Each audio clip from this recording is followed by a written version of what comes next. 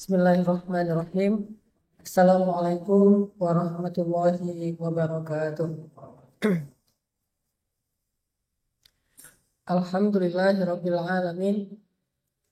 Alhamdulillahilladzi hadana li hadza wa ma kunna linahtadiya laula an hadana Allah. Asyhadu an la ilaha illallah wahdahu la syarikalah, lahul mulk wa lahul hamd wa huwa ala kulli syai'in qadir. Wa asyhadu anna Muhammadan abduhu wa rasuluhu la nabiyya ba'dah. Radina billahi rabba wa bi Muhammadin nabiyya wa bil islami dina. Allahumma salli wa sallim wa barik ala sayyidina wa habibina wa maulana Muhammadin wa ala alihi wa sahbihi ajma'in. Rabbi syrah li sadri wa yassir li amri wa hlul 'uqdatam min lisani yafqahu qawli. Teman-teman yang dirahmati Allah Subhanahu wa taala, setiap orang tuh punya tempat favorit. Terlepas dari urusan agama, setiap kita punya tempat favorit selain masjid. Ada yang tempat favoritnya adalah beer house. Ada yang tempat favoritnya adalah tempat-tempat clubbing atau dugem. Ada yang tempat favoritnya adalah kafe. Ada yang tempat favoritnya bioskop. Ada yang tempat favoritnya mall.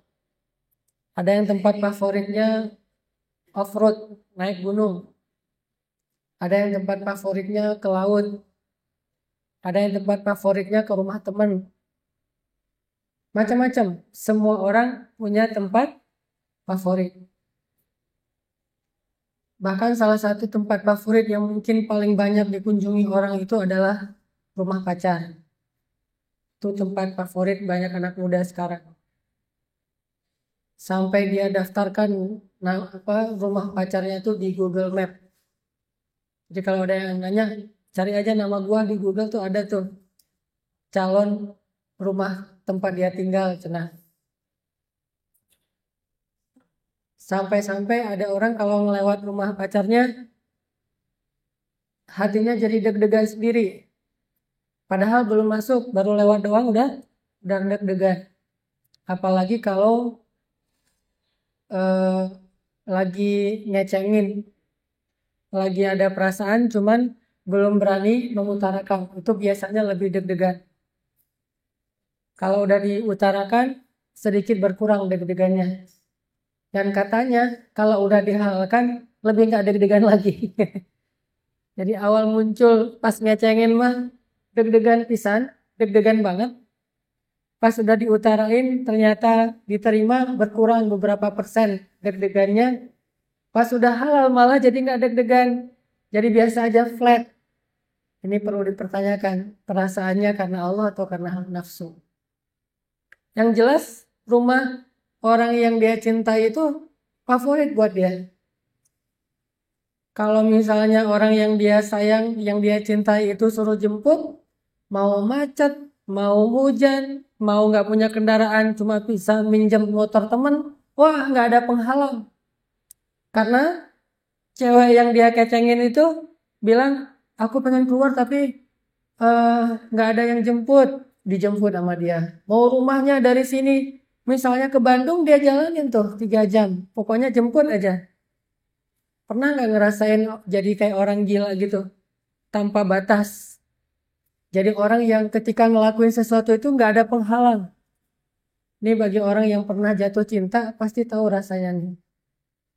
Mau hujan, mau panas, mau macet, mau jauh, mau gak punya kendaraan, mau gak punya modal, pokoknya kalau udah dipanggil, dapat WA yang singkat banget, pengen keluar tapi gak ada yang jemput, wah itu dibablas semuanya tuh. Kenapa? Karena rumah orang yang dia suka tuh menjadi tempat favorit buat dia. Kalau punya kenangan, setiap kali lewat tempat yang dulu mungkin mereka sering datang ke sana, sering nongkrong di sana, terngiang-ngiang lagi masa lalu gitu ya. Ini saking bapernya dengan satu tempat. Kan kita pernah tuh baper dengan satu tempat, baper dengan satu aroma parfum, baper dengan satu jenis musik. Ada satu lagu kalau kita dengar baper banget. Kenapa? Dulu lagu itu kita dengar pas lagi baper-bapernya terhadap seseorang. Jadi kalau dengerin lagi lagu itu kebawa ke masa lalu gitu misalnya. Benar gak sih? Kan suka gitu tuh orang mah. Atau tempat misalnya. Kita jalan ke situ yuk, kata suaminya. Enggak, malas ke sana. Padahal tempat itu baper banget buat dia, nggak bisa ngelupain. Kalau udah ke situ teringat lagi tentang masa lalu. Kecuali masa lalunya tuh berlanjut sampai masa sekarang. Pasti pengen didatengin lagi, pengen nostalgia lagi, pengen ke situ lagi. Ke sana lagi yuk, kita udah lama kan dulu awal-awal kita ketemu di situ. Tempat-tempat favorit. Nggak ada penghalang. Gimana pun ceritanya dia datang tuh. Kalau perlu dia nunggu di bawah hujan deras, nunggu orang yang dia mau anterin keluar dari rumah. Gak perlu pakai payung, dia bawa payung tapi nggak dibuka payungnya. Saking menjiwai gitu ya, biar kayak di sinetron Korea teh. Bawa sih payungnya, cuman nggak dibuka biar terlihat sacrifice, terlihat berkorban, basah-basah. Terus naik motor kalau cuma bawa jas hujan satu, dia yang pakai, kita mah nggak pakai di depan, maco gitu, nggak pakai jas hujan. Pulang-pulang udah cari hantangin. Ini saking favoritnya, jauh juga dijalani. Sama kayak orang yang senang ke bioskop. Setiap berapa hari sekali ngelihat di websitenya, ini ada film baru nggak nih? Kalau misalnya ada film yang coming soon, ditunggu banget tuh. Kayak misalnya coming soon-nya Warkop DKI. Main misalnya bulan September gitu. Dari bulan Januari udah nungguin. Coming soon, Warkop DKI, September, tayang gitu. Nungguin, bentar lagi September, bentar lagi September, bentar lagi September. Pas udah Agustus, makin sering dia liatin trailernya aja berkali-kali. Cari di YouTube trailernya, berbagai macam versi, terus behind the scene, cerita-cerita pembuatan film itu dipelajari sampai menjiwai banget dan makin penasaran pengen nonton film itu. Ini karena tempat favoritnya adalah ruang bioskop. Dia udah punya paket tuh. Pertama paketnya datang nggak sendiri, pasti berdua. Kan garing banget ya nonton sendiri mah ya. Yang agak-agak kurang garing kalau nonton bareng temen. Tapi biasanya nih, ini kalau kita ngomongin culture ya, nggak ngomongin hal haram, ngomongin culture-nya, nonton pasti berdua sama yang dikecengin. Paketnya datang berdua. Udah gitu beli popcorn. Itu kan satu paket tuh, beli popcorn. Dan jangan lupa bawa sweater karena di dalam dingin. Dan orang berkreasi terus. Mulai dari kursinya yang bagus, sofa, udah gitu kursinya bisa dijeblakin gitu, bisa tidur gitu, setengah tidur, bisa selonjor kakinya. Udah gitu sekarang malah ada yang modelnya tempat tidur. Velvet kan, tempat tidur, jadi bisa sekalian tidur di situ teh. Kalau mau susah tidur, ke situ aja. Lebih susah soalnya filmnya film horor. Jadi dikreasikan terus supaya semakin ngangenin, supaya semakin orang banyak yang datang ke tempat-tempat bioskop atau hiburan-hiburan movie room gitu. Sehingga datang ke sana. Kalau perlu pakai yang 3D. Sekarang ada yang 4D yang kalau action kita tuh jadi ke bawah-bawah terombang-ambing, terus kalau ada air kita kecipratan air gitu. Wah, dikreasikan terus sampai orang ngangenin lagi datang. Wah, seru tuh yang 4D datang lagi. Terus tuh seru tuh yang Velvet datang lagi. Liatin di YouTube ada film apa yang coming soon. Terus dia update sama dia. Kenapa? Karena bagi dia tempat favorit itu adalah bioskop. Dia update banget tuh. Apa yang terjadi atau apa yang lagi tayang di bioskop. Ini kalau tempat favoritnya bioskop. Kalau saya, misalnya tempat favorit buat saya adalah pantai. Jujur, saya setiap minggu mantengin website surf forecast namanya. Surf forecast itu mantengin ombak. Ini ombak kan dia ketahuan seminggu, 7 hari ke depan. Ini ombak sekarang lagi berapa nih? Terus anginnya berapa kenceng? Flat atau glossy atau rame atau gimana? Nah, pas begitu forecastnya ombaknya bagus, glossy, anginnya datang dari belakang bukan dari depan. Kemudian juga pas harinya weekday, kalau weekend biasanya rame, kalau weekday itu sepi, udah sepi, ombaknya bagus, nggak terlalu gede, nggak terlalu kecil, glossy lagi tuh, nggak ada angin. Wah, itu langsung siap-siap. Nelfon teman-teman, berangkat yuk. Gimana emang ombaknya berapa? Pas nih 2 meter misalnya. Ayo berangkat, siap-siap, langsung berangkat. Malam itu dapat forecast, malam itu juga berangkat. Walaupun jaraknya dari Bandung ke Batu Karas mah mungkin sekitar 6 sampai 8 jam, itu dijalanin. Tinggalin semua aktivitas. Kenapa? Ada panggilan ombak. Hayya ala surfing gitu kan. Ayo kita surfing. Wah, berangkat. Udah ada panggilan ombak teh. Sama teman-teman. Dan satu paketnya apa kalau surfing mah? Sama, berangkatnya nggak mau sendiri. Asiknya kan rame-rame. Jadi berangkat pasti ngajak teman. Kalau nggak ada teman nggak jadi berangkat. Biasanya asiknya tuh satu paket rame-rame. Ngajak teman minimal berdua. Jadi bisa ngobrol sambil nunggu ombak, sambil paddling misalnya berangkat. Sampai di sana bayar, harus bayar tempat nginep di sana mah. Satu tempat nginep satu malam misalnya 300.000, nggak masalah. Dan makan patungan misalnya, nggak masak, beli, terus patungan makan bareng. Dan paket yang lain itu biasanya suka bawa drone, itu satu paket tuh. Karena agak-agak mubazir, surfing nggak bawa drone, jadi nggak bisa pencitraan akhir zaman kan. Kan ada program pencitraan nih, pencitraan akhir zaman. Jadi udah satu paket bawa teman, bawa drone, bawa pilotnya.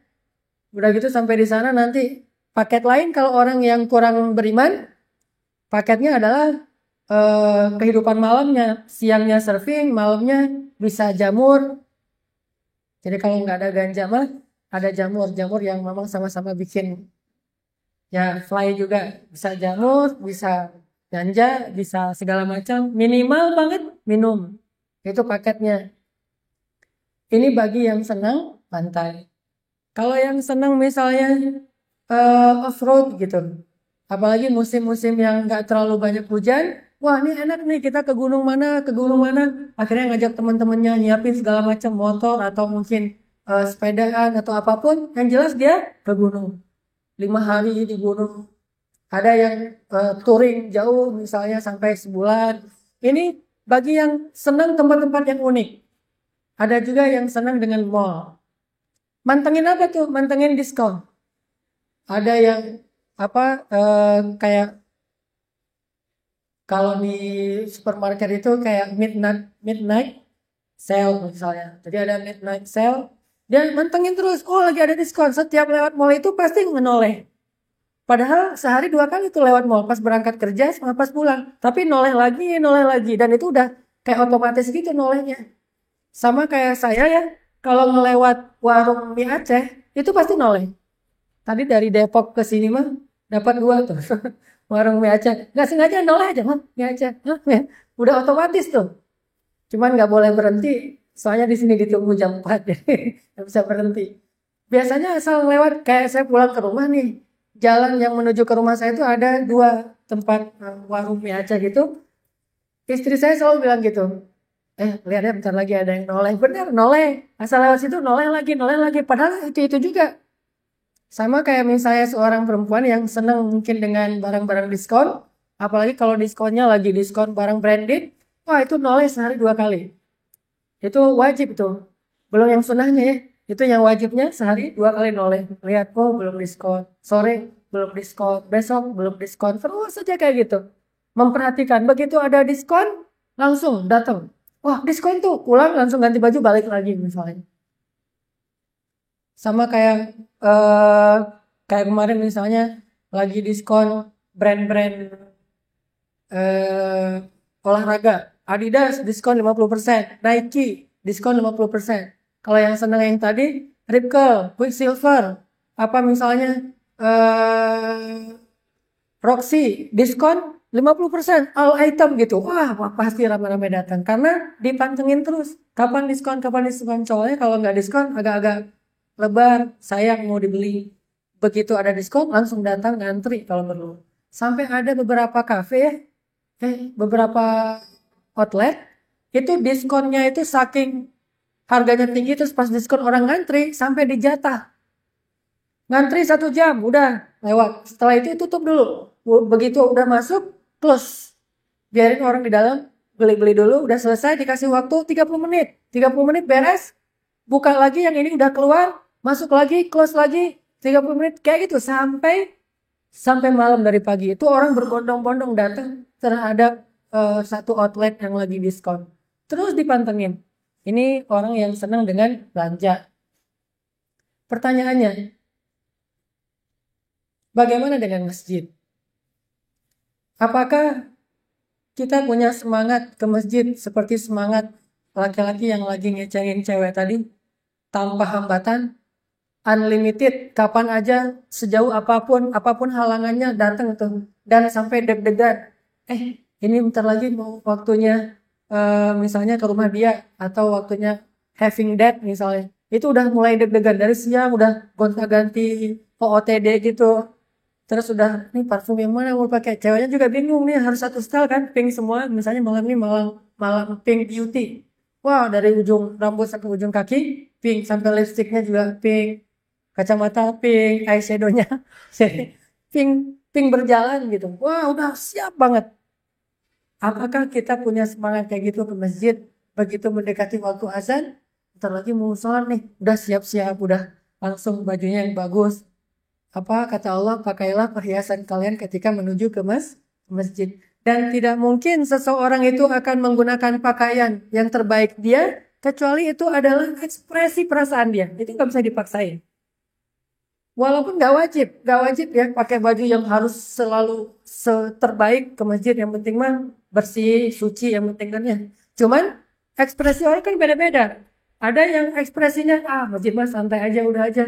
Sambil mampir, sambil lewat juga bisa mampir. Ada yang kalau ke masjid mah istimewa, kemana-mana dia bawa sarung, sama peci, sama baju koko. Kemana-mana tuh, kalau perlu baju koko yang anti lecek.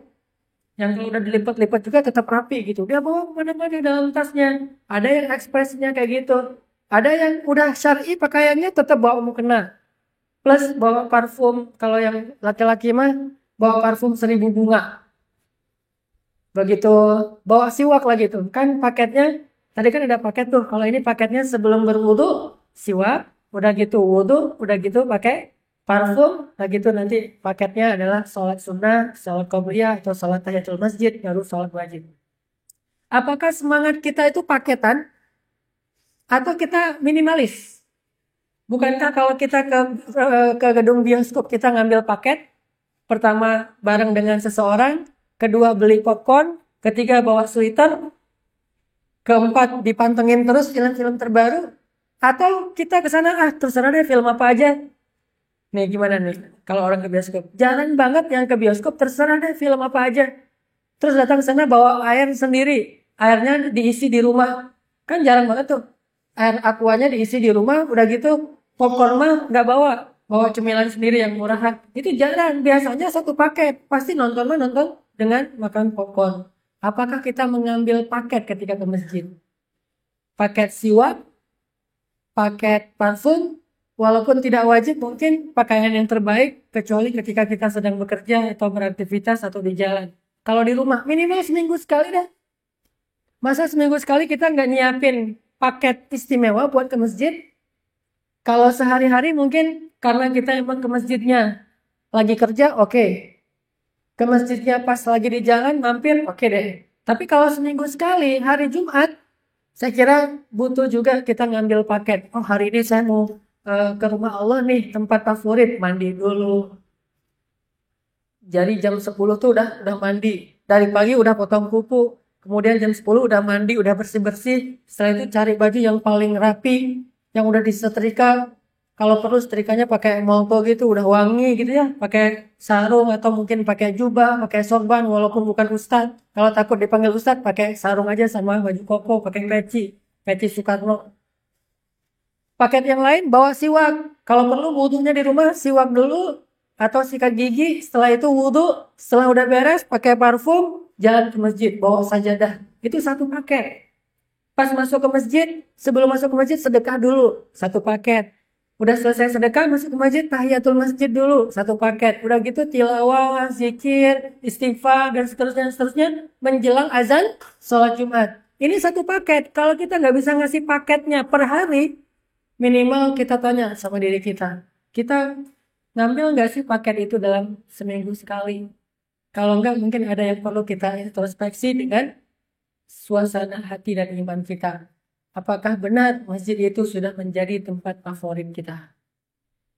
Kayak tadi saya kalau eh, ke pantai paketnya bawa drone, bawa temen, nyiapin segala kebutuhan. Kalau perlu, kalau yang punya papan sendiri pasti dia bawa wax. Wax itu lilin untuk diolesin di atas papan biar nggak licin, bawa wax. Kemudian kalau yang nggak pakai drone pun bawa GoPro. GoPro-nya udah ditaruh di ujung papan atau dia pakai di kepalanya. Belum lagi berbagai macam, ada wetsuit misalnya dia pakai baju untuk basah dan segala macam, udah 1 paket tuh. Apakah kita mengambil paket-paket itu ketika kita ke masjid sehingga mengekspresikan betapa bahagianya kita kalau ke masjid? Kalau nggak bisa setiap hari, minimal sehari sekali. Kalau nggak bisa setiap waktu ya, minimal sehari sekali pas waktu subuh mungkin. Yang insya Allah ngambil paketnya lebih gampang, soalnya bukan dalam suasana beraktivitas. Atau waktu maghrib mungkin pas udah pulang kerja, jam 5, siap-siap langsung ke masjid, habis mandi, wangi, ke masjid pas maghribnya. Atau kalau nggak bisa pun setiap hari, minimal banget seminggu sekali. Yang lain mah nggak ngambil paket, udah aja kayak gitu. Yang penting sholat berjamaah, qabliyah, ba'diyah. Tapi nggak sampai sesiap tadi, prepare-nya tuh nggak well prepare kayak kita mau Jumatan. Inilah yang membedakan apakah kita benar-benar menjadikan masjid tempat favorit atau sekedar masjid itu rutinitas biasa dalam hidup kita. Dan jawabannya ada di dalam hati kita masing-masing. Karena tidak bisa dijawab dengan lisan. Jawabannya itu gimana perasaan kita kalau mau ke masjid? Biasa aja, atau seneng, atau terpaksa, atau mungkin ada perasaan-perasaan yang lain. Itulah yang akan membedakan mukmin dengan orang yang imannya biasa-biasa aja. Maka dari itu coba kita renungkan firman Allah tentang ke masjid ya, yang paling populer mungkin surat At-Taubah ayat 18. Itu salah satu ayat tentang ke masjid yang paling populer.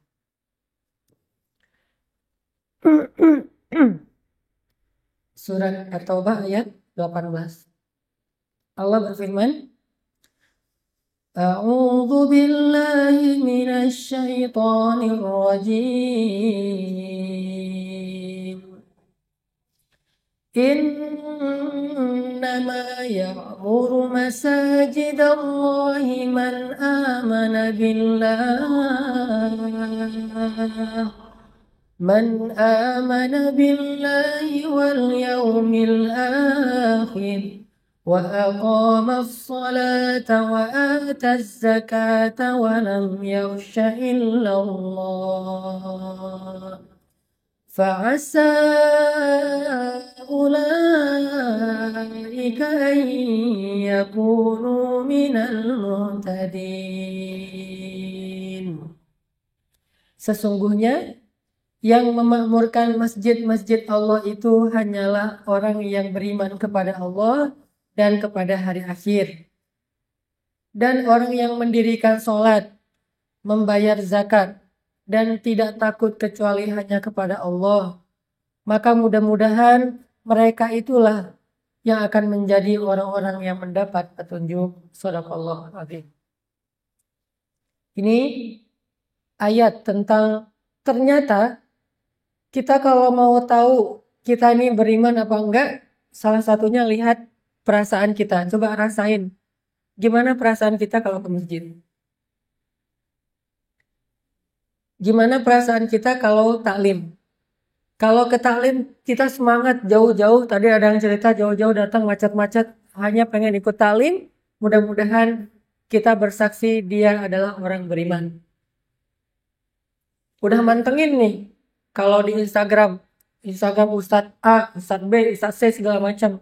Kita pantengin terus, ustaz ini ada di mana sekarang? Ustaz ini ada di mana sekarang? Terus aja dicari. Kayak kita mantengin ombak atau mantengin Coming Soon, film-film terbaru. Judulnya apa? Penasaran pengen datang ke dalam taklim-taklim para ustaz, para ulama. Berarti dia orang yang memakmurkan masjid. Ada iman di dalam hatinya. Dan kalau kita termasuk orang kayak gitu, bersyukurlah terhadap nikmat iman yang Allah berikan kepada kita. Karena ini gak bisa dibuat-buat. Gak bisa dipaksain. Kaki boleh melangkah dengan terpaksa. Mungkin fisik boleh duduk di masjid karena terpaksa. Kebetulan lagi istirahat di masjid ada taklim. Kebetulan lagi renovasi masjid ada taklim. Mungkin bisa. Tapi perasaan, hati gak bisa dipaksa. Rasa nyaman dan tidak nyaman itu gak bisa dipaksain. Sehingga kalau hati kita ngerasa nyaman di dalam masjid, berarti kita punya ciri-ciri orang beriman, harus bersyukur. Alhamdulillah sekarang dikasih rasa nyaman. Dulu mah boro-boro ke masjid, dengar azan aja males. Sholat di rumah juga jarang, sering bolong-bolong. Sekarang malah semangat ke masjid, penasaran. Dia ngepoin, dia mantengin terus taklim-taklim di mana, misalnya di Masjid Meruya, di Masjid Sunda Kelapa, di masjid mana. Dia pantengin terus, ada taklim apa sekarang, ada taklim apa sekarang, sampai mabuk taklim coba. Ini kan berarti punya perasaan yang gak bisa dibuat-buat nih. Dan itu harus disyukurin. Sebagaimana firman Allah di surat Al-Hujurat, walakin Allah habbaba ilaikumul imana wa zayyanahu fi qulubikum wa karraha ilaikumul kufra wal fusuqa wal isyan. Ulaika humur rasyidun. Akan tetapi Allah lah yang menjadikan kalian cinta kepada keimanan. Dan Allah menjadikan rasa cinta itu terasa indah di dalam hati kalian. Itulah orang-orang yang mendapat petunjuk. Fadlan minallahi wa ni'mah. Dan itu adalah anugerah, gift dari Allah Subhanahu wa Ta'ala. Gak bisa dibuat-buat. Sedangkan kalau hati kita ngerasa belum nyaman di dalam masjid, maka kita harus banyak-banyak istighfar. Harus banyak-banyak minta ampun kepada Allah. Dan memang itulah jawaban paling jujur bahwa hati kita tuh masih lemah imannya. Atau bahkan mungkin hampir tidak ada iman. Karena Allah mengatakan, innama ya'muru masajidallah man aman. Yang mau memakmurkan masjid-masjid Allah, yang ngerasa nyaman di masjid Allah itu cuma orang yang beriman. Kalau enggak mungkin akan merasa nyaman. Nyaman duduk dalam taklim cuma orang yang beriman. Nyaman sholat berjamaah cuma orang yang beriman. Nyaman sholat sunnah cuma orang yang beriman. Nyaman itikaf cuma orang yang beriman. Nyaman tilawah dan zikir cuma orang yang beriman. Kalau yang lain nyamannya karena lagi renovasi masjid. Nyamannya karena kebetulan masjid itu tempat untuk ngampar, untuk tidur-tiduran, untuk duduk istirahat mah kayaknya terasnya asik, nyaman nih. Kalau itu bukan memakmurkan masjid, tetapi mendatangi masjid. Kalau memakmurkan masjid, amalannya sholat, amalannya sedekah, amalannya zikir, amalannya tilawah, amalannya tarbiyah atau ta'lim, amalannya itikaf, amalannya dakwah, amalannya bahkan jihad. Kalau ini yang membuat kita merasa nyaman di dalam masjid, insya Allah kita perlu bersyukur karena itu nikmat gift dari Allah Subhanahu wa Ta'ala. Innama ya'muru masajidallahi man aman. Udah gitu kita bandingin. Rasa nyaman ini dengan yang tadi gedean mana? Bukan gak boleh kita senang dengan tempat-tempat favorit tadi ya, kecuali beer house atau clubbing itu oke lah, itu tempat-tempat yang dilarang. Tapi kalau sekedar kafe, sekedar mall, sekedar laut, sekedar hutan, dan seterusnya tempat-tempat yang masih mubah, boleh-boleh aja kita favorit ke tempat-tempat kayak gitu. Tetapi lebih gedean mana nih perasaan excited kita antara ke masjid dengan tempat-tempat tadi? Gedean mana? Bagi yang senang jalan-jalan, lebih excited mana nih? Jalan ke rumah Allah atau jalan-jalan? Bagi yang senang ke kafe, lebih excited mana nih? Nongkrong di kafe atau itikaf di masjid? Dan jawabannya tetap yang paling jujur itu kita paling sendiri masing-masing yang tahu. Orang lain nggak tahu karena jawabannya itu istafti qalbak. Tanya kepada hatimu. Hati yang bisa menjawab. Jadi bukan nggak boleh ke tempat-tempat yang masih mubah tadi ya.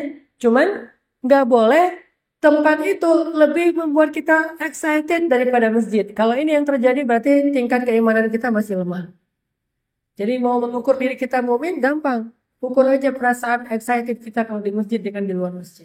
Kalau sama udah mending nih. Kalau masjid lebih besar, wah ini dan insya Allah man aman. Dialah orang yang beriman. Tanya kepada istafti qalbak. Tanya kepada hati kita masing-masing. Dan mungkin jawabannya akan menyadarkan kita. Ketimbang kita bilang, ya sih kalau saya kalau di masjid mah, alhamdulillah nyaman. Lisan itu yang ngomong teh.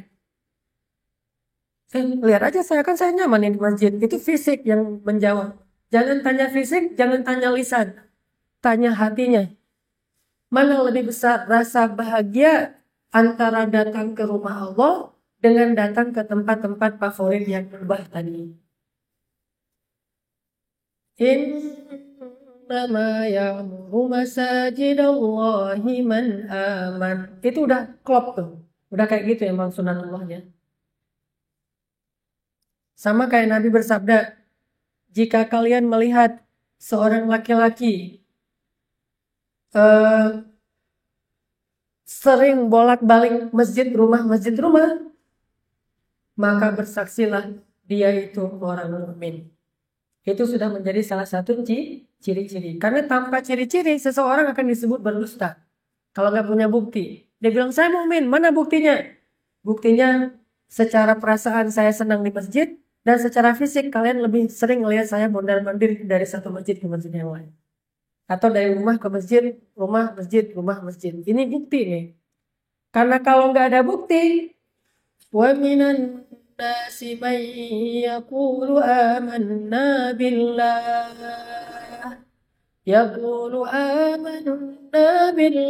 wa bil yaumil akhir wa ma hum bimu'minin. Ada orang yang mengaku beriman kepada Allah dan hari akhir, tetapi kata Allah, mereka itu bukan orang yang beriman. Kenapa disebut bukan orang yang beriman? Kayak pembicaraan bulan yang lalu. Nggak sesuai antara ucapannya dengan kenyataan. Yukhadi'una Allah walladzina amanu wa ma yakhda'una illa anfusahum wa ma yash'urun. Mereka berbohong kepada Allah dan orang yang beriman. Padahal mereka hanya membohongi diri mereka, cuman mereka nggak sadar. Masalahnya di mana? Fi qulubihim marad. Masalahnya hatinya berpenyakit. Makanya jawabannya itu jawaban hati. Fiqhul qulub kata ulama. Pemahaman yang paling tepat itu, yang paling jujur, pemahaman hati. Fi qulubihim maradun fazadahumullahu marada walahum adzabun alimun bima kanu yakdzibun. Hatinya berpenyakit. Dan salah satu ciri hati berpenyakit, gak betah di dalam masjid. Kayak anak kecil, mah pulang yuk. Ini berarti kalau anak kecil masih wajar karena belum ada taklif. Belum ada beban hukum. Nggak boleh kita bilang, anak saya ini munafik. Nggak boleh. Anak kecil usia 7 tahun, mah pulang yuk. Kamu jangan kayak orang munafik, ngajak pulang aja. Nggak, itu mah anak kecil. Karena kalau belum baligh, dia belum kena beban taklif. La yukallifullahu nafsan illa usaha. Salah satu maknanya adalah baligh. Anak kecil nggak mau sholat, wah dasar kamu nih munafik misalnya. Anak kecil dikasih amanah berkhianat, tuh ciri munafik tuh. Di antara 3 ciri. Namanya anak kecil mah biasa kayak gitu-gitu mah. Tapi kalau udah balik kayak kita, apalagi udah matang nih ilmu dan mentalnya, udah dewasa, masih merasa tidak betah di dalam masjid. Bukan nggak betah karena alasan yang dibolehkan. Ada orang yang nggak betah kenapa? Soalnya di rumah banyak kerjaan. Oke. Kenapa nggak betah? Sebentar lagi suami mau pulang, saya belum nyiapin makanan. Oke. Kenapa nggak betah? Soalnya saya mau nyelesain urusan teman saya dan dia butuh saya segera datang. Oke. Itu syar'i. Itu a'dzar yang dibolehkan. Uzur-uzur yang syar'i. Tapi kalau nggak betahnya subjektif, saya nggak seneng taklim, mending saya streaming aja deh di rumah sambil tiduran. Satu. Sholat kan nggak harus di masjid, bisa di rumah. Dua. Ngapain sih lama-lama banget di masjid? Udah aja kita jalan deh kemana gitu kan, bisa menikmati hidup juga di luar sana. Tiga. Kalau alasannya bukan karena uzur, hanya emang nggak nyaman berada di dalam masjid, maka kita perlu muhasabah diri. Fi qulubihim maradun fazadahumullahu marada. Bukan untuk menilai orang lain, karena orang lain kita harus husnuzon. Iltamis li akhika alfa udhrin. Carilah untuk saudaramu 1000 alasan. Jangan sampai kita ngajak teman kita, talim yuk, di mana? Di masjid. Oh, nggak bisa sekarang. Enggak, jangan langsung menjudge orang lain. No judgment. Tidak boleh menjudge orang lain. Kalau ke orang lain, kita pakai tasamuh. Kita toleran. Kita husnuzon. Oh, mungkin dia lagi ada kerjaan. Oh, mungkin. Sampai 1000 alasan. Kalau nggak sanggup bikin 1000 alasan, mending nggak usah macam-macam mikirin tentang orang lain. Udah aja mikirin diri sendiri. Kalau ke orang lain tasamuh, kalau ke diri sendiri tasyaddud. Itu Umar tuh. Kalau ke orang lain, dia tolerir. Kalau ke diri sendiri, dia mah keras. Kita dibalik. Kalau orang lain keras banget, ke diri sendiri, saya kan, banyak alasan. Terus kita pakai alasan, kalau Umar tuh pasti marah. Kalau ke dirinya, Umar keras memang. Ke keluarganya dia keras. Tapi ke orang lain, dia sangat toleran. Dan dia berhusnuzon, kecuali dalam urusan-urusan yang halal, urusan yang haram, dan urusan yang wajib. Itu mungkin agak sedikit ditegasi. Makanya muhasabah diri kita tentang rasa nyaman kita berada di dalam masjid. Apalagi kalau misalnya mungkin kita nyaman sih di taklim di masjid soalnya ustadznya lucu misalnya. Kalau ini beda, bukan masjidnya, tapi stand up komedinya yang kita senang. Kenapa ustadznya? Wah, itu ustadznya kayak Uus misalnya. Ustadznya kayak calon tong misalnya. Nah, ini mah beda. Ini mah senangnya karena entertain, bukan karena makmurnya masjid. Walaupun nggak salah, nggak masalah juga kalau ada seorang ustadz kadang-kadang membuat suasana lebih agak renyah selama tidak berlebihan. Itu hal yang boleh-boleh aja, asik-asik aja. Cuman kalau yang kita cari itu hanya itu, sehingga kalau ustadznya berubah, oh jangan, saya malas deh kalau ustadz itu terlalu serius, terlalu boring, terlalu ngebosenin misalnya. Ini berarti ada sesuatu yang perlu kita perbaiki di dalam hati kita. Innama ya'muru masajidallah man aman. Coba bandingkan, setelah kita sering ke masjid, sekarang bandingkan perasaan kita di masjid dengan di tempat-tempat favorit tadi, lebih excited mana? Kalau sama, udah mending. Kalau lebih excited di masjid, wah ini mah keren banget. Dan kita harus banyak bersyukur. Alhamdulillahilladzi hadana lihada. Kayak gitu ngomongnya. Segala puji bagi Allah yang telah memberi saya hidayah kepada kebaikan ini. Alhamdulillahilladzi hadana lihada. Kemudian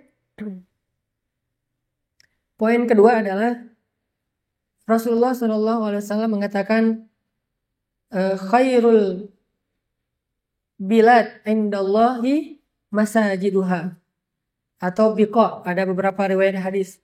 Sebaik-baik tempat di muka bumi di sisi Allah Subhanahu wa taala adalah masjid, dan seburuk-buruk tempat di muka bumi di sisi Allah adalah aswaq atau pasar.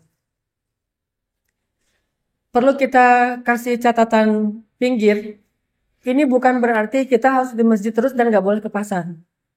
Apalagi sekarang pasar-pasar mah udah pasar modern, mall, masjidnya juga bagus-bagus ya. Di mall udah ada masjid. Jadi bisa dibilang sebaik-baik tempat dan seburuk-buruk tempat mah udah nyatu sekarang teh. Pasar dan masjid udah nyatu. Jadi syubhat namanya. Enggak, bercanda.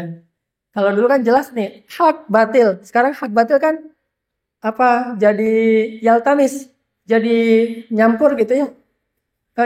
Yalbis jadi nyampur. Berarti udah agak-agak subhat gitu kata orang.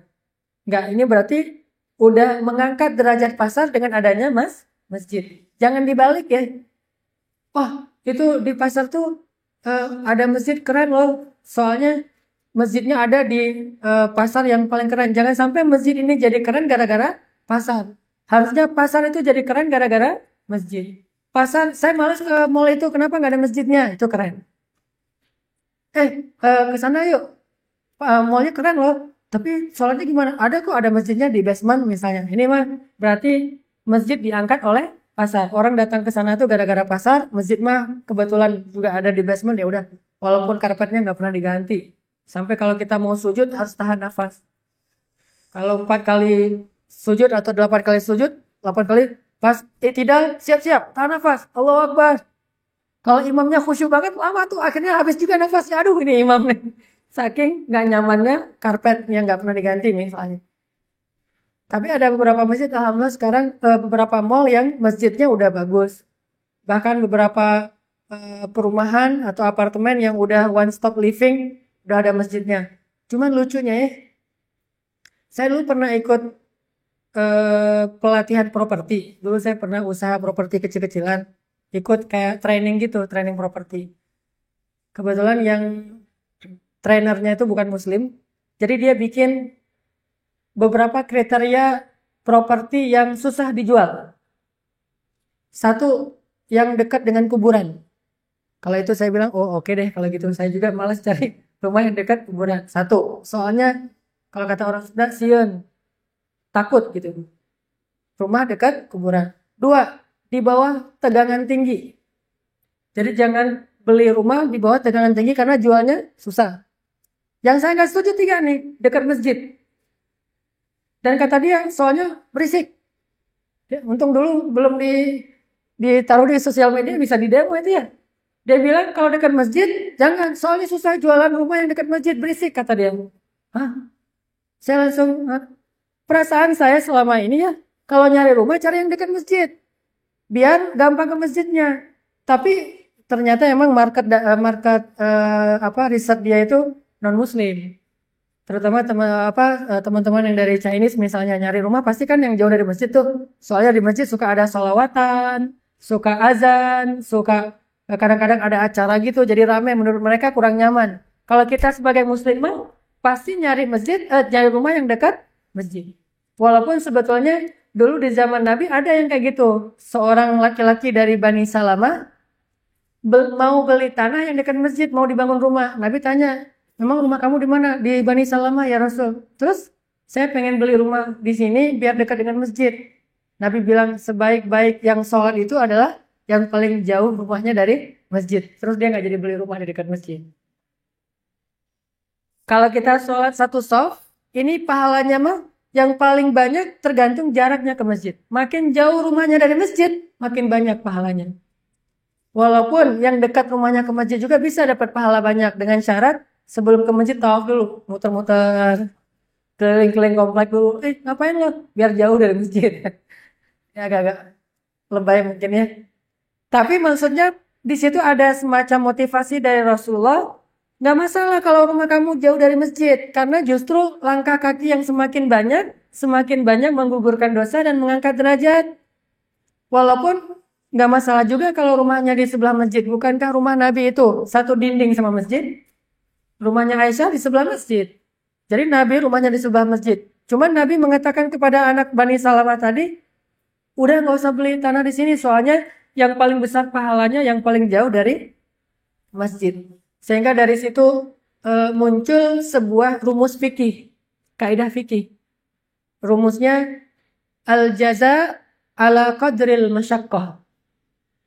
Balasan Allah itu terhadap amalan seseorang tergantung tingkat kesulitan dalam beramal. Jadi kalau orang beramalnya sama-sama sholat berjamaah, shaf pertama takbiratul ihram bareng dengan imam, maka balasannya tergantung tingkat kesulitan mereka dalam melaksanakan ibadah itu. Misalnya, anak muda sama orang tua masjidnya naik tangga, maka orang tua dapat pahala lebih gede daripada anak muda. Kenapa? Untuk naik tangga aja orang tua udah ngos-ngosan. Kedua, rumahnya lebih jauh yang mana? Ternyata yang di sebelah kanan rumahnya lebih jauh, maka pahalanya lebih gede daripada yang rumahnya lebih dekat. Atau secara fisik, yang kedua ini cacat, dia buta misalnya, atau dia pincang, tapi dia mau ke masjid, maka pahalanya lebih besar daripada yang fisiknya sempurna. Al-jaza ala qadril masyaqqah. Balasan itu tergantung tingkat kesulitan dalam beramal. Jadi kalau teman-teman di sini ada yang datang taklim ke Meruya, jaraknya jauh, macet-macetan, hujan-hujan, terus juga perjalanannya lama, sejam 2 jam, maka pahalanya lebih besar daripada yang rumahnya di dalam satu komplek. La tayas, jangan berputus asa. Dan la tahzan, jangan berkecil hati. Karena Allah Subhanahu wa Ta'ala tidak mau curang dalam memberi balasan kepada hambanya. Masjid itu tempat yang paling Allah suka di muka bumi. Sehingga orang yang paling Allah suka di muka bumi, yang paling sering ke masjid. Jadi analoginya ke sana. Kalau kita mau tahu siapa orang yang paling dicintai Allah di muka bumi, adalah orang yang paling sering ke tempat yang paling Allah suka. Dan tempat yang paling Allah suka itu adalah masjid. Kita boleh ke pasar, tetapi jangan sampai semangat kita ke pasar tadi lebih besar daripada ke masjid. Di situ nanti akan ketahuan kira-kira Allah kepada kita melihatnya dengan pandangan apa. Kasih sayang Allah kepada kita sebesar apa? Kita jadi orang yang levelnya di mata Allah, derajatnya seperti apa? Istimewa, VIP, VVIP, atau economic class, atau biasa aja? Tergantung sesering apa kita ke rumah Allah Subhanahu wa Ta'ala. Makin kita sering memakmurkan masjid, maka itu akan mengangkat derajat kita di hadapan Allah Subhanahu wa Ta'ala menjadi orang-orang yang istimewa. Makanya Allah Subhanahu wa Ta'ala berfirman tentang masjid yang pertama dibangun. Kalau kita baca surat At-Taubah juga, itu ada di ayat 108 ya, tentang bagaimana Allah cinta kepada orang-orang yang memakmurkan masjid, karena memang masjid ini tempat yang paling Allah cinta. Di ayat 108 itu Allah berfirman, La taqum fihi abada lamasjidun ussisa ala taqwa min awwali yawmin ahaqqu an taquma fihi. Fihi rijalun yuhibbuna an yataqahharu. Wallahu yuhibbul mutahhirin.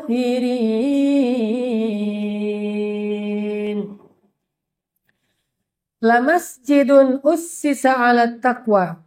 Sungguh masjid yang dibangun atas dasar ketakwaan, min awwali yaumin, sejak hari pertama dia dibangun, ahaqqu an taquma fih, lebih berhak untuk didirikan sholat di dalamnya. Fihi rijalun, di dalamnya ada banyak laki-laki, yuhibbuna ayyatatahharu, suka untuk membersihkan diri. Wallahu yuhibbul mutahhirin, dan Allah suka, cinta kepada orang-orang yang membersihkan diri. Jadi masjid ini adalah tempat yang paling Allah cinta. Sehingga orang yang datang ke masjid adalah tamu Allah, dan mereka lah hamba-hamba Allah yang paling Allah istimewakan, yang paling Allah cinta. Setiap kali kita memakmurkan masjid Allah, Allah memakmurkan surga kita di akhirat. Setiap kali kita datang ke rumah Allah, maka Allah Subhanahu wa Ta'ala mendatangi surga kita dan mendandani surga kita. Setiap kali kita datang ke rumah Allah, setiap kali itu juga Allah menjatuhkan rahmat dan kasih sayangnya kepada kita. Dan kalau kita sering datang ke masjid, jadilah kita orang yang sangat dikenal oleh para malaikat dan penduduk surga. Sehingga nama kita ditulis di lauhah. Lauhah itu spanduk-spanduk surga. Di dalam surga itu banyak spanduk. Ada kain panjang digantung di pohon-pohon surga dan ditulis namanya. Dan nama yang ditulis di sana benar-benar nama yang ada di KTP kita. Kecuali kalau kita pakai nama panggilan yang lain. Misalnya di KTP nama kita Dewi, itu susah ditulis di sana. Jadi nama-nama yang tidak boleh itu nggak ditulis di surga. Namanya Wisnu, nggak akan ditulis. Krishna, Dewi, apalagi Apalagi kalau namanya Tuhan. Nah ini susah ditulis nih. Siapa namanya? Tuhan. Gak mau ditulis. Namanya misalnya setan, iblis. Ini kan ada orang yang namanya kayak gitu saking ngefans ya. Kalau ini namanya harus diganti. Namanya misalnya KTP nggak bisa diganti, tapi ganti kunyah namanya. Ganti panggilan nggak masalah. Namanya Teh Dewi, panggilannya Aisyah. Nanti di surga ditulis Aisyah dalam kurung Dewi. Karena Allah tidak mau menyebut nama-nama berhala. Padahal Allah itu menyebut nama-nama hamba yang dia cintai. Bukankah hadisnya kalau Allah mencintai seorang hamba, Allah akan bilang kepada Jibril, wahai Jibril, sesungguhnya aku mencintai Fulan. Fulan itu nama di KTP kita. Maka cintailah dia. Sehingga akhirnya Jibril pun mencintainya. Lalu Jibril bilang ke semua malaikat, wahai para malaikat, sesungguhnya Allah mencintai Fulan. Aku pun mencintainya. Maka cintailah dia. Sehingga seluruh malaikat mencintainya. Lalu para malaikat turun ke bumi, memberitahu kepada seluruh makhluk bahwa Allah, Jibril, malaikat mencintai Fulan, maka cintailah dia. Sehingga seluruh alam semesta mencintainya. Dan mereka mendoakan, ya Allah, ampunkanlah dosa si Fulan. Ya Allah, rahmatilah si Fulan. Ini kalau Allah cinta kepada seorang hamba. Allah banggakan dia tuh. Berkali-kali Allah nge-mention Jibril. Jibril, nih hambaku nih. Nge-mention malaikat. Malaikat, nih hambaku, followin dong. Di-follow sama malaikat. Tiba-tiba followersnya naik ribuan. Bukankah Allah menciptakan malaikat setiap hari?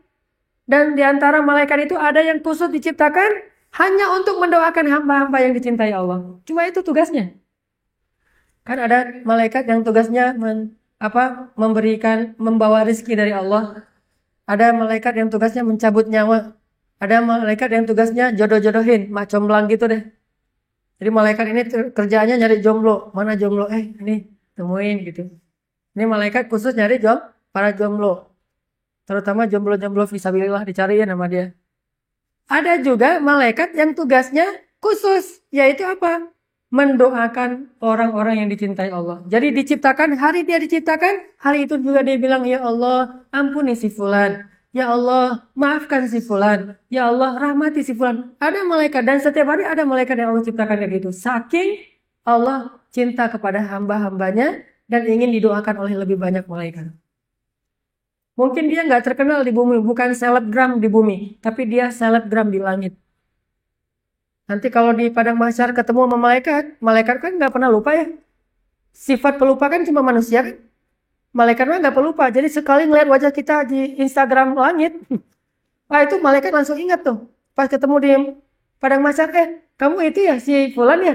Ya, wah kamu mah terkenal banget. Saya juga nge-follow kamu loh, sering nge-like kamu, sering apa. Ini malaikat begitu. Cuma dengan bahasa Instagram. Kita mungkin nggak bisa ngelihat followers kita dari malaikat dan jumlahnya berapa. Dan jumlah malaikat lebih banyak daripada jumlah pasir di pantai. Banyak sekali. Setiap hari Allah menciptakan malaikat. Bahkan ada malaikat yang setiap hari diciptakan 70.000 malaikat. Tugasnya cuma satu, sujud. Hari ini ciptain 70.000, langsung sujud. Besok ciptain lagi 70.000, langsung sujud. Bayangin setiap hari 70.000 malaikat diciptakan. Tugasnya cuma sujud kepada Allah SWT. Dari dia lahir sampai dia dimatikan, kiamat, kerjaannya cuma satu. Sujud aja kepada Allah. Ada malaikat yang kayak gitu. Makanya kalau manusia nggak mau sujud, bagi Allah tuh nggak mau sujud, bagi Allah tuh nggak ngaruh. Lain yang yusabbihu lillahi ma fis samawati wa ma fil ardh. Bertasbih sujud kepada Allah. Nah ada juga tadi malaikat, kerjaannya ngepoin manusia. Ada malaikat yang kerjaannya ngepoin? Ada. Ini mah bahasa kita ya. Kalau bahasa hadis kata Nabi, setiap hari Allah mengutus malaikat-malaikat untuk mencari majelis zikir di muka bumi. Sampai malaikat itu berjalannya ke gang-gang, turukot. Kalau syawari', kalau jalan raya itu syawari'. Kalau turukot itu jalan-jalan kecil. Sampai malaikat itu masuk ke gang-gang kecil, nyari mana majelis yang disebut nama Allah di dalamnya. Lalu pas sudah nemu, kayak kita ngepoin di Instagram, nemu nih. Ada satu postingan zikir. Ada satu majelis orang lagi berzikir pada Allah. Maka malaikat ini akan memanggil semua teman-temannya yang lagi pada ngepoin juga. Halumu ilayya. Nge-mention gitu ke teman-temannya. Kesini. Ini ada majelis zikir nih. Akhirnya semua malaikat mengurumuni majelis itu di masjid. Kemudian Allah bertanya kepada malaikat yang datang, kalian ngapain rame-rame di situ? Kalau bahasa kita mah. Kata malaikat, ini ya Allah, lagi ada sekumpulan orang menyebut-nyebut namamu, berzikir kepadamu, mengingat engkau ya Allah. Lalu Allah nanya dan Allah lebih tahu jawabannya. Kata Allah, apakah mereka pernah melihat aku? Kata malaikat, belum pernah ya Allah. Gimana kalau mereka sudah pernah melihat aku? Kata malaikat, pasti mereka akan terus menyebut namamu, gak akan ngapa-ngapain lagi selain berzikir ya Allah, saking takjub dengan kebesaranmu. Terus Allah nanya lagi, apa yang mereka minta wahai para malaikat? Kata malaikat, mereka minta surga ya Allah. Kata Allah, apakah mereka pernah melihat surga? Kata malaikat, gak pernah. Gimana kalau mereka pernah melihat surga? Kata malaikat, pasti mereka tidak akan berhenti untuk terus berdoa supaya mendapatkan surga. Allah tanya lagi, apa yang mereka berlindung? Mereka berlindung dari neraka ya Allah. Memangnya mereka pernah melihat neraka? Gak pernah. Gimana kalau mereka pernah melihat neraka? Kata malaikat, pasti mereka akan menangis sepanjang hari dan akan berlindung dari api neraka. Lalu Allah mengatakan, wahai para malaikat, saksikanlah, sesungguhnya aku telah mengampuni dosa-dosa mereka dan menjanjikan bagi mereka apa yang mereka minta. Tiba-tiba ada malaikat yang ngomong gini, ya Allah, boleh saya ngomong? Apa? Itu ada di antara mereka tuh yang sebetulnya duduknya bukan karena ilmu, bukan karena zikir. Kebetulan doang dia ada di situ. Mungkin lagi tidur, tiba-tiba ada majelis ilmu. Mungkin lagi istirahat, tiba-tiba ada majelis ilmu. Gimana dengan dia ya Allah? Masa kenal juga? Kata Allah, mereka dan semua yang ada di situ. Gak sengaja doang, datang ke masjid, dapat rahmat. Gimana kalau sengaja? Ini, kenapa Allah sangat mencintai masjid ini? Orang gak sengaja doang datang ke masjid, dapat rahmat. Gimana kalau sengaja? Semuanya dapat. Sehingga akhirnya para malaikat pun mengelilingi mereka dan Allah meliputi mereka dengan kasih sayang Allah Subhanahu wa taala. Haffathumul malaikah wa ghasyyathumur rahmah. Malaikat mengelilingi mereka. Ini sekarang nih, insya Allah kalau kita ikhlas, kita aja nggak ngelihat nih malaikat banyak loh. Ada yang mau pesan? Malaikat tolong sampein ke Allah ya, jodoh saya jangan lama-lama, entar lagi ya. Kalau bisa tahun ini, bilang aja ke malaikat. Malaikat bilang, amin, Allah gitu. Dimention ke Allahnya. Allah ada mention banyak nih dibuka sama Allah. Oh minta jodoh, ya udah deh sekarang aja deh. Kasih tahu ke dia. Pulang dari Masjid Al-Ikhwan langsung dapat di tangga masjid misalnya. Ini kalau kita yakin sebetulnya ini ada malaikat nih lagi ngelilingin hafat alaihimul malaikah mengelilingi kita, cuman takdir Allah kita nggak boleh ngelihat. Karena kalau kita bisa ngelihat, mungkin kita akan lari seperti Rasulullah lari ketika ngelihat Jibril. Kan malaikat gede-gede banget ya. Bayangin nih masjid ini penuh dengan malaikat. Wah, kita mah nggak berani masuk. Soalnya malaikat gagah-gagah gitu. Dan wujud aslinya tuh nggak kayak yang digambarkan manusia sempurna. Itu mah bukan wujud asli. Wujud jelmaan. Kayak Jibril menjelma sebagai laki-laki datang kepada Nabi mengajarkan apa itu Islam, apa itu iman, apa itu ihsan. Itu jelmaan. Kalau Jibril yang asli, Nabi cuma 2 kali pernah ngelihat Jibril yang asli. Sekali pas wahyu pertama, yang kedua pas Mi'raj ke langit. Cuma 2 kali itu doang ngelihat Jibril dengan wujud yang sebenarnya. Sisanya menjelma basyaran sawiyan sebagai laki-laki yang sempurna. Coba kalau cewek-cewek pada ngelihat malaikat basyaran sawiyan, kita mah udah nggak ada yang ngelihat ya. Silau men, pas ngelihat ada malaikat tuh lagi duduk di pojok situ, basyaran sawiyan, keren banget, ganteng banget nih cowok paling, wah. Ngelihat Yusuf aja ngiris tangan nggak berasa kan? Apalagi ngelihat malaikat. Jadi kalau mau di operasi yang kecil gitu, bedah kecil, lihat aja malaikat. Kata dokter, dibius dulu yang Neng. Enggak, saya mau ngelihat malaikat aja. Ngelihat malaikat, jadi nggak perlu dibius. Dibedah, nggak sakit. Neng nggak sakit? Enggak, kenapa? Ngelihat malaikat, mana? Ya Pak Dokter. jadi lebay gitu jadi. Dokternya langsung, pingsan. Ini kalau duduk di masjid nggak sengaja aja Allah kasih rahmat. Karena tempat yang paling Allah suka di muka bumi itu masajiduha. Sedangkan kalau ke pasar nggak sengaja aja Allah Subhanahu wa taala akan mencabut rahmat dari dia kecuali jika dia berzikir ketika berada di pasar. Tahu zikir ketika di pasar kayak gimana? La ilaha illallah wahdahu la syarikalah lahul mulku wa lahul hamd yuhyi wa yumit, ditambahin biyadihil khair. Kalau zikir setiap pagi 100 kali mah nggak pakai biyadihil khair. Tapi kalau yang khusus pasar ada kalimat biyadihil khair wa huwa ala kulli syai'in qadir. Kenapa ada biyadihil khair? Supaya kita nggak lupa bahwa yang di tangan Allah lebih baik daripada yang di pasar. Wa ma indallahi khairun. Apa yang ada di sisi Allah lebih baik daripada apa yang ada di pasar.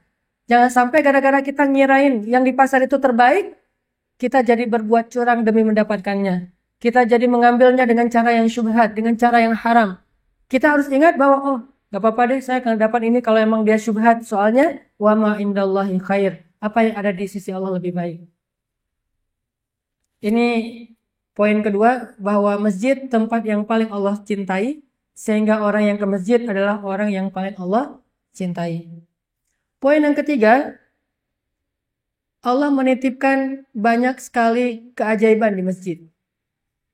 Rata-rata keajaiban itu terjadi itu di masjid. Mungkin salah satu cerita unik yang mungkin saya bisa share sebagai saksi dari adik saya sendiri. Kan saya mah orang Aceh, tinggal di Banda Aceh.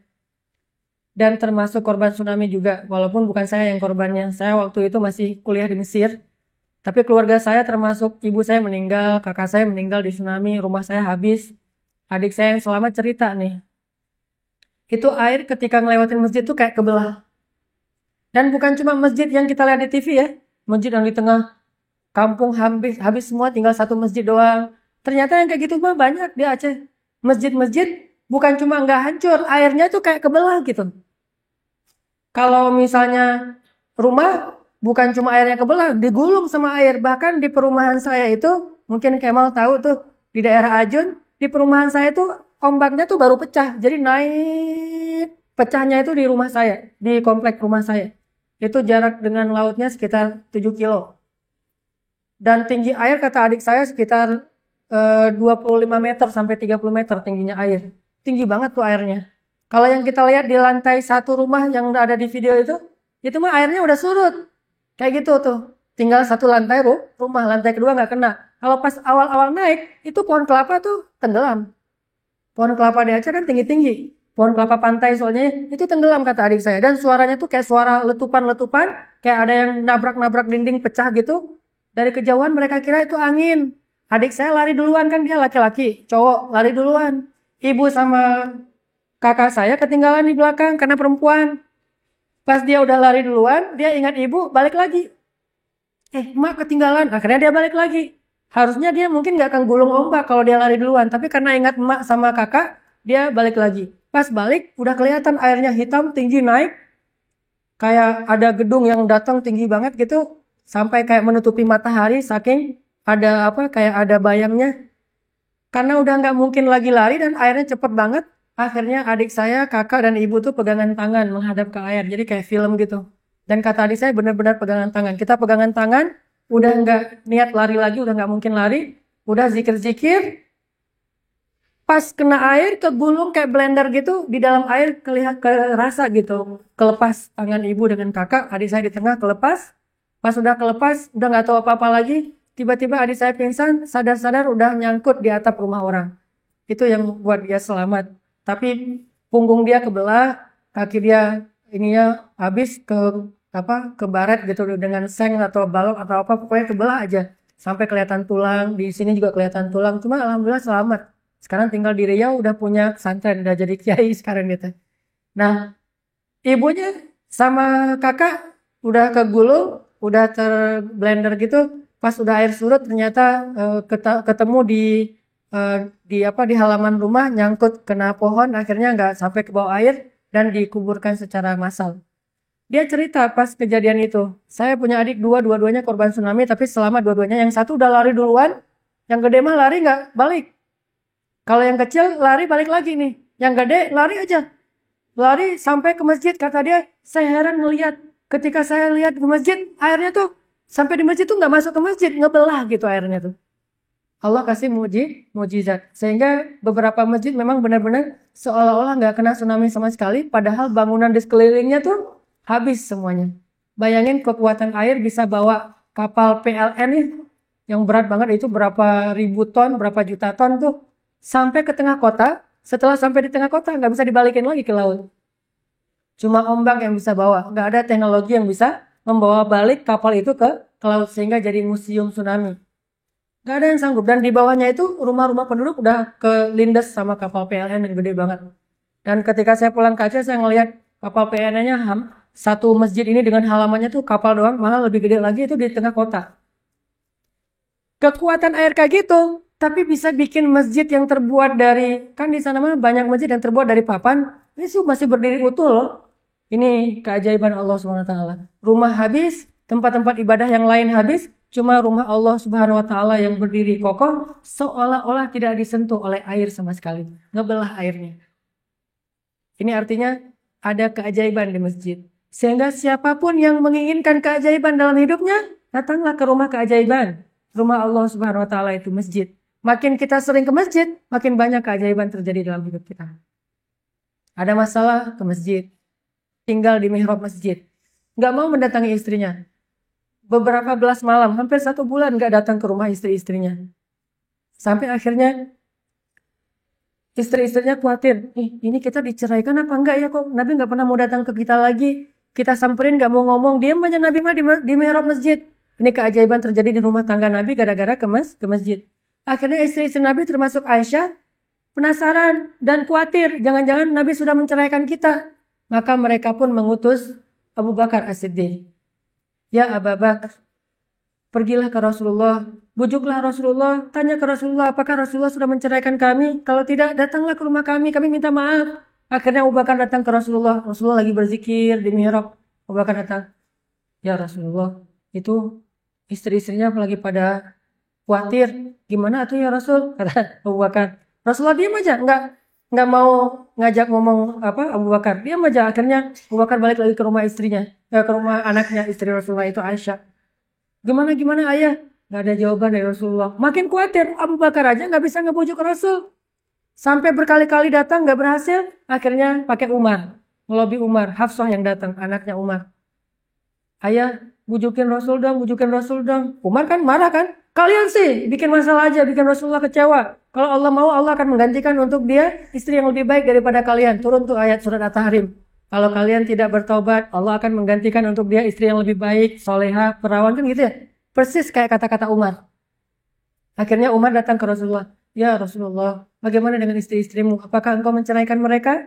Kenapa engkau tidak pulang ya Rasulullah? Rasulullah diam aja.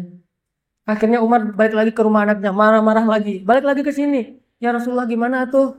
Baru kemudian Rasulullah membuka matanya dan memandang kepada Umar dan mengatakan, tidak wahai Umar, aku tidak menceraikan mereka. Langsung Umar takbir, Allahu Akbar.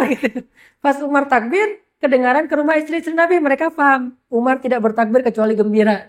Baru mereka mengatakan, Alhamdulillah, berarti Rasulullah belum menceraikan kita. Buktinya apa? Takbirnya Umar bin Khattab yang keras banget. Allahu Akbar. Ternyata belum diceraikan. Akhirnya Umar balik lagi ke istri-istri Nabi dan menasihati mereka. Setelah beberapa belas malam, baru Nabi kemudian mendatangi istri-istrinya. Itu pun setelah turun ayat Al-Quran. Ini menunjukkan kalau ada masalah rumah tangga, ke masjid deh. Jadi kalau lihat ada yang lagi itikaf di masjid, biasanya lagi ada masalah di rumah. Kenapa ini Ganjar di masjid aja? Lagi ada masalah. Saya kadang-kadang suka dicurigai sama teman-teman di Al-Latif. Ustadz, biasanya nggak langsung itikaf habis salim, lagi ada masalah ya. Wah, ketahuan. Saya kalau lagi ada masalah itikaf di masjid, ketahuan sama orang-orang gara-gara materi ini nih. Soalnya kalau lagi ada masalah ke masjid. Dan saya ngebuktiin tuh, kalau lagi ada masalah dengan pasangan, dan saya yakin tidak ada rumah tangga yang nggak pernah cekcok. Pasti ada. Jangankan rumah tangga kita orang biasa aja, rumah tangga Nabi soleh, istrinya soleha aja bisa berbeda pendapat. Itu wajar, hal yang wajar, bukan aib.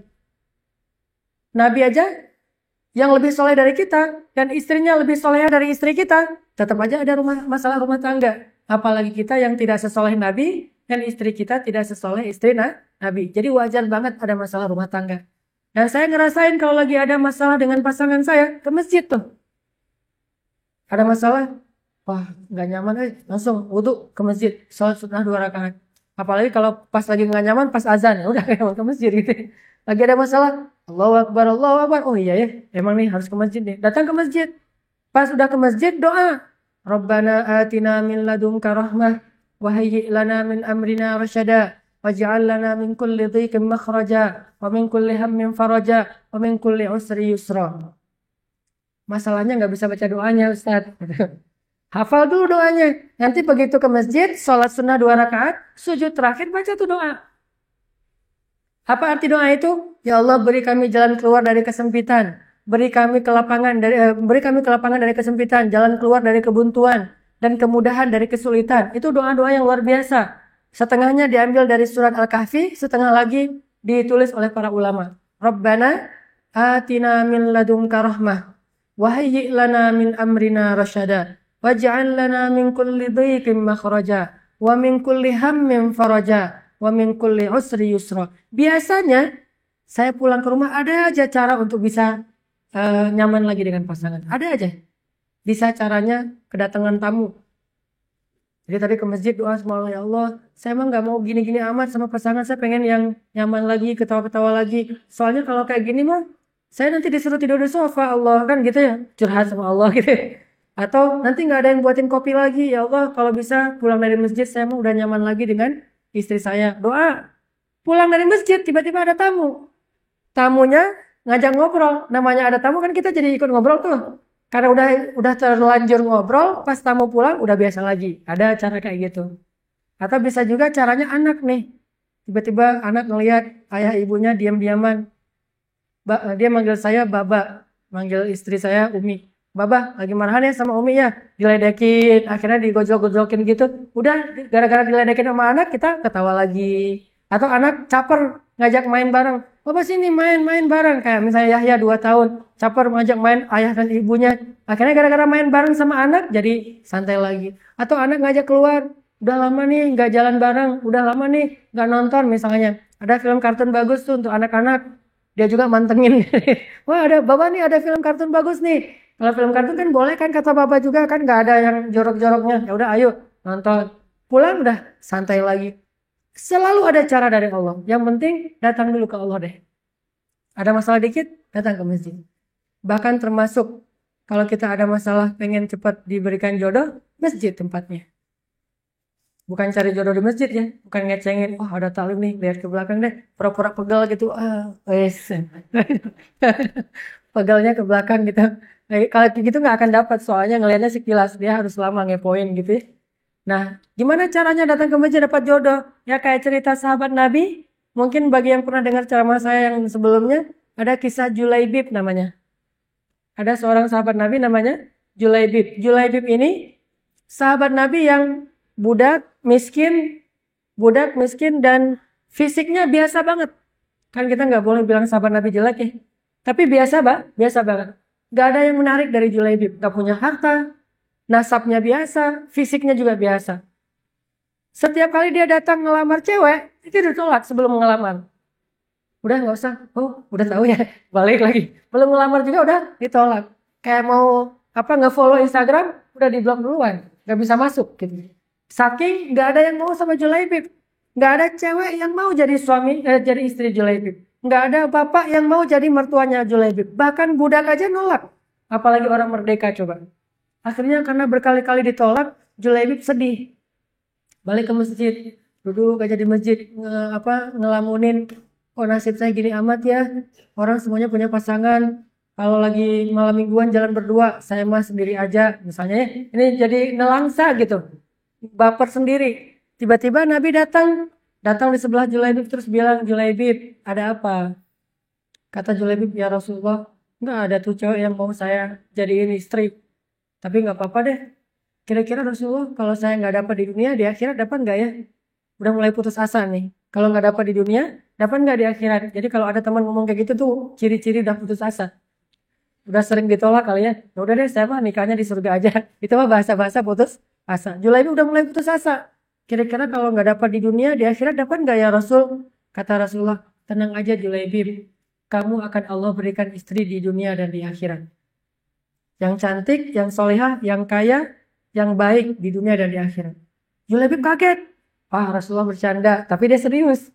Rasulullah bercanda pengen penegasan aja. Rasulullah bercanda, beneran kata Rasulullah. Gimana ceritanya? Kaifa dzalik ya Rasulullah? Gimana ceritanya ya Rasulullah? Kata Rasulullah, coba kamu pergi ke kepala suku Fulan bin Fulan. Bilang ke dia, Rasulullah melamar anak kalian, putri kalian untuk nikah sama saya, sama Julaibib. Datang Julaibib. Beneran nih Rasulullah, beneran. Pakai nama saya deh. Pakai nama sakti nih Rasulullah. Assalamualaikum. Waalaikumsalam. Julaibib, pembantu Rasulullah. Mangga, masuk. Apa yang bisa kami bantu untuk Rasulullah? Nggak ada titipan salam dari Rasulullah. Oh iya, alaika wa alaihissalam. Ada apa Julaibib? Kata Julaibib, ini malu-malu mau ngomong gimana ya, saya susah mau ngomongnya. Gitu. Malu-malu gitu kan. Akhirnya Julaibib bilang, udah nggak usah malu-malu. Udah kayak orang lain aja, ngomong aja Julaibib, ada apa tuh? Julaibib bilang, Pak, ini ada titipan dari Rasulullah. Titipan apa? Rasulullah ingin melamar anak bapak. Oh gitu?